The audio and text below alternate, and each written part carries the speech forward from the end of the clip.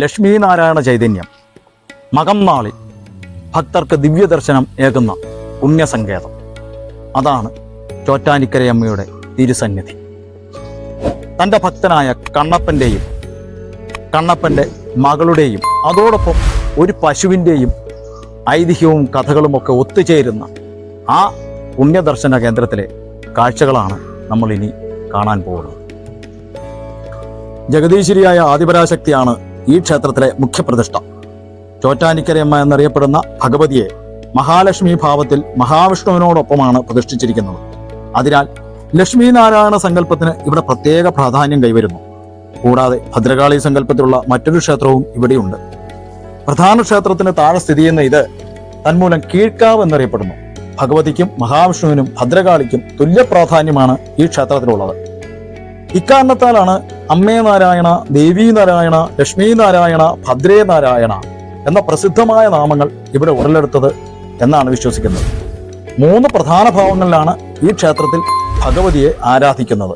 അതിനാൽ 3 രീതിയിലുള്ള അലങ്കാരവും 3 രീതിയിലുള്ള പ്രത്യേക പൂജയും ഇവിടുത്തെ പ്രത്യേകതയാണ്.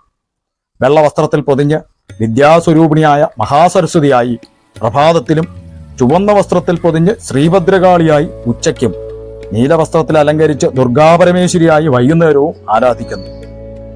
കൂടാതെ സമ്പത്തിന്റെ ഭഗവതിയായ മഹാലക്ഷ്മിയായും ക്ഷേത്രത്തിൽ ശിവസാന്നിധ്യമുള്ളതിനാൽ പാർവതിയായും സങ്കല്പിക്കുന്നുണ്ട്.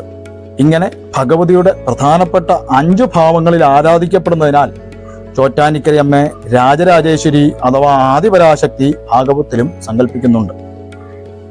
മാനസിക രോഗങ്ങളും സ്വഭാവദൂഷ്യങ്ങളും തീരാത്ത ദുഃഖങ്ങളും ചോറ്റാനിക്കരയമ്മ പരിഹരിക്കും എന്നാണ് വിശ്വാസം.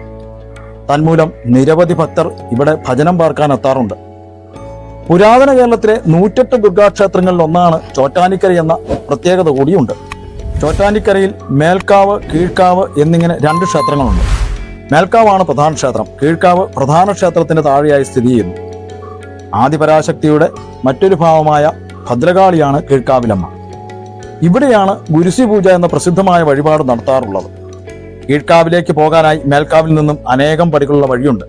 ബ്രഹ്മാവ്, ശിവൻ, ഗണപതി, ധർമ്മശാസ്താവ്, സുബ്രഹ്മണ്യൻ, ഹനുമാൻ, ജ്യേഷ്ഠാഭഗവതി, നാഗദൈവങ്ങൾ, ബ്രഹ്മരക്ഷസ് എന്നിവരാണ് ക്ഷേത്രത്തിലെ ഉപദേവതകൾ. ഇവരിൽ ശാസ്താവിന് ഈ ക്ഷേത്രത്തിൽ പ്രത്യേകം പ്രാധാന്യം കൽപ്പിച്ചു കാണുന്നു. ഭഗവതിയുടെ അംഗരക്ഷകന്റെ ഭാവമാണ് ശാസ്താവിനിവിടെ. അതിനാൽ ശബരിമല തീർത്ഥാടകർ ഇവിടെ ധാരാളമായി സന്ദർശിച്ചു വരുന്നുണ്ട്.